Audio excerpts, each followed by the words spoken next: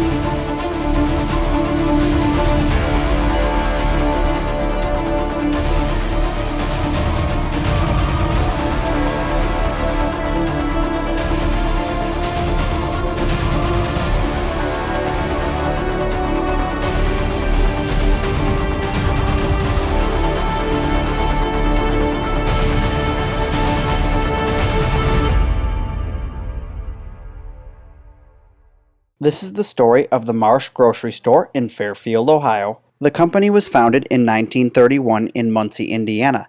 It would go public in 1953 and grow to a maximum of 97 locations. The first store outside of Indiana would open in 1956 in Van Wert, Ohio. 1966 would see the very first store with the addition of a gas station. In 1974, history was about to be made, as a Marsh location in Troy, Ohio became the very first grocery store in the world to use a barcode scanner. The very first item scanned was a 10-piece pack of gum. If you'd like to see the very first scanner that was used in this store, then you can head on over to the Smithsonian National Museum of American History, where they have it on display. It says, "This location is now permanently closed. Oh, please visit our other location at 1500 Plaza Drive in Hamilton, Ohio." I don't even know if that one exists anymore. I'll have to check that out and see if it's still there and open. There you can get a little bit look inside, kind of see the entrance. Wow, that's one red wall. Wow. Oh, look at these. It's premium, fresh, healthy. Those are really faded. Here's the back of your store with the loading docks and a tractor trailer left behind.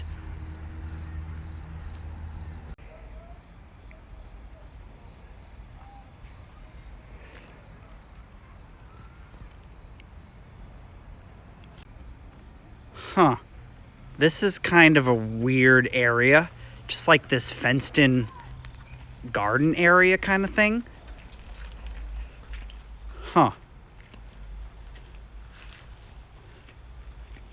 That's weird. I know they didn't have a... Holy crap, there's a U.S. Bank sign here. What? Hang on, let me try and flip this over. Well, never mind. I guess that was the front of it, and it's just that faded out from the sun. Because that's clearly the back of it.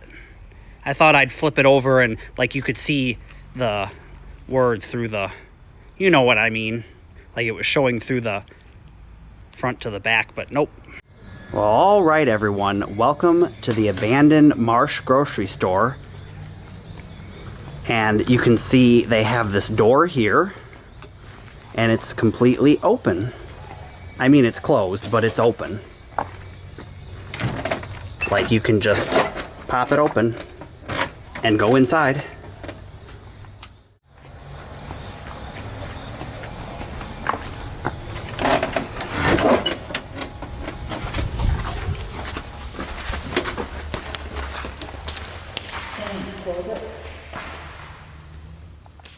And now back to the history of the Marsh Grocery Store.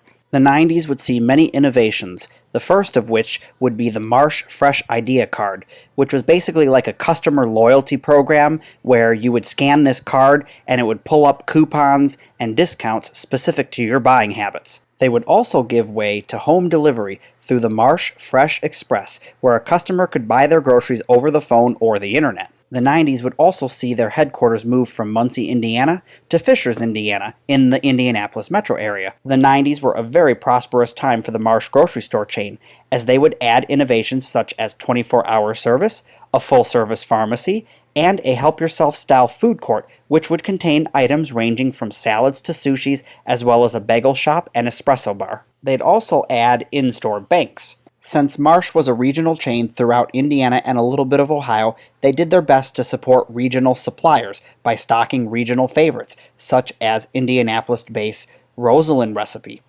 and other local favorites. Now, in the Detroit area, we had a place called Bush Markets, and they did the same thing. They would support Michigan-based food companies, and I loved it because it was great supporting all the local smaller companies and getting to try out all of your local foods that you have. It was fantastic, and I miss it. Things were looking very bright for the future of the company until the 2000s came around, and this is when most retail began to fail. And it wasn't much different for the Marsh Grocery Store chain. They tried expanding into larger markets such as Chicago, but were driven out by stiff competition. Due to mounting debt, they would sever sponsorships for things like the Indiana State Fair. By the mid-2000s, stiff competition and mounting debt would cause the company to have to restructure and close stores. And in 2014, it was announced that a total of 8 stores would be closing by the end of the month, some in Indianapolis, Muncie, and Franklin, Ohio. This meant only 78 stores would be remaining in Indiana and Ohio. This grocery store chain really was on the cutting edge of technology,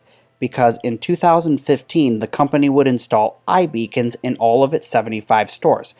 This would push interactive alerts and other content to Apple Watch users while the customers walked in the aisles of their supermarkets. And to be honest, I don't really know of too many stores that offer this kind of a service. I don't even think the Apple Store does, although I heard talk about them that they were going to offer that service, but every time I've been in an Apple Store, my Apple Watch doesn't alert me about anything. The original owners of the Marsh Grocery Store had long gone, and I think by now the new owners didn't really know what they were doing, because in December of 2015, they had plans to open 13 new stores by 2018 while updating 52 of the chain's 73 existing stores. And I kind of scratch my head. You're not doing too well, but yet you're going to invest in a bunch of brand new stores and renovations? That just seems kind of goofy. Things got so bad for the company that in October of 2016, it had been reported that they were trying to sell off their corporate headquarters building just to get some quick cash. The company was in real trouble, and I don't think that releasing an iPhone and an Android app would help them at all. But that's exactly what they did. 2017 would be a disastrous year for the company, as several stores wouldn't even open, and landlords and creditors would file lawsuits against the company seeking payment. The financial troubles and store closures would continue until June 15th of 2017, when their Chapter 11 would be converted to Chapter 7 bankruptcy, with plans to close all 18 stores by July 8th. Several other grocery store chains, such as Kroger, bought out some of the stores, but a majority of them sit abandoned. Who knows what will come of this store here in Fairfield, Ohio, but all I know is it was an amazing find, and I'm so glad that I got to document the history of this Marsh Grocery Store.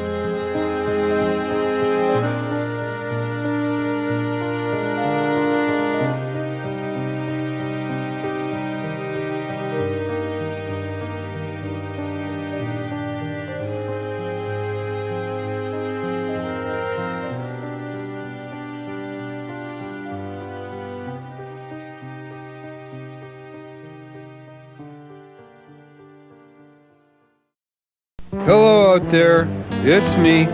Everybody knows how much I love to eat. And I can't think of a better place to be than a place like this. Take it away, Mr. Marsh. Thanks, Garfield. We're proud to have you as our Grand Marshal of our 1996 500 Festival Parade. And to celebrate, here's something really special. It's the Marsh Fat Cat Track Pack, filled with everything that's gonna make you smile, and available for a limited time only in the Marsh Deli. So what do you think, Garfield? All right, Don. Give me 4. Hey, where's my dessert? Oh, Odie, why don't you go out and play on the track? See if any cars are coming. Now let's head on over to Greenville, Ohio, near the Indiana border, to check out this fancier Marsh Grocery Store. Unfortunately, I wasn't able to get inside this one, but there were some really cool things still left inside that I would have loved to be able to check out closer. Wow, look at this. It looks like the whole... I don't know if that's the sign off the front. They look like foam letters. And that wouldn't be the main sign off the front, but you can see that pile of letters right there. That's weird. And there's even some letters over there. Holy crap. I don't know if I'm going to get inside this one. That would be epic, though. Oh, looks like they might have had a cafe in this one way over there. I don't know. Maybe that's just customer service. Wow, the doors ripped right off the hinges. Crap. You can see here they were trying to block up the front windows so you couldn't see inside, but again, they failed, just like so many other places have. Public facts? Wonder what that is. Well, there's another look inside. I don't know if that's a deli over on the left side of the screen or what it is, but there's some more of those letters. No, I kind of think this was a restaurant or some kind of like a little cafe. You know how some grocery stores have like ready-made meals that you can go and pick up, like Meijer has, if you have one of those nearby you, where you can grab a pre-made meal and then they've got little seating over there and you can go eat it. Some of your higher-end grocery stores also have that. This is the side of Marsh, the left side. It is really overgrown with weeds. Wow. I don't even know what this fenced-in area is. Sorry about the sun glare. It's almost like a Kmart prison yard, but it's really tiny and not at a Kmart. Strange, it's got this like wheelie gate that closes. Man, it's like a jungle inside there. Wow. Look at that. Now we've arrived at the rear of the store where your loading docks are. And you can see there's the entrance to the loading docks. Oh, that's a lot of smashed up asphalt. Well, guys, unfortunately we couldn't get into this Marsh grocery store. I'm kind of puzzled where they would even put the sign on the outside, because that's a really skinny storefront like that. I don't know. Anyway, at least we got to see that one Marsh grocery store, the inside of it, and it had some amazing stuff still left from the past. Well, thanks for joining me here on this episode of Urbex, where we took a look at the Marsh grocery stores. Like, comment, subscribe, and I'll catch you on another episode of Urbex. Bye, everyone!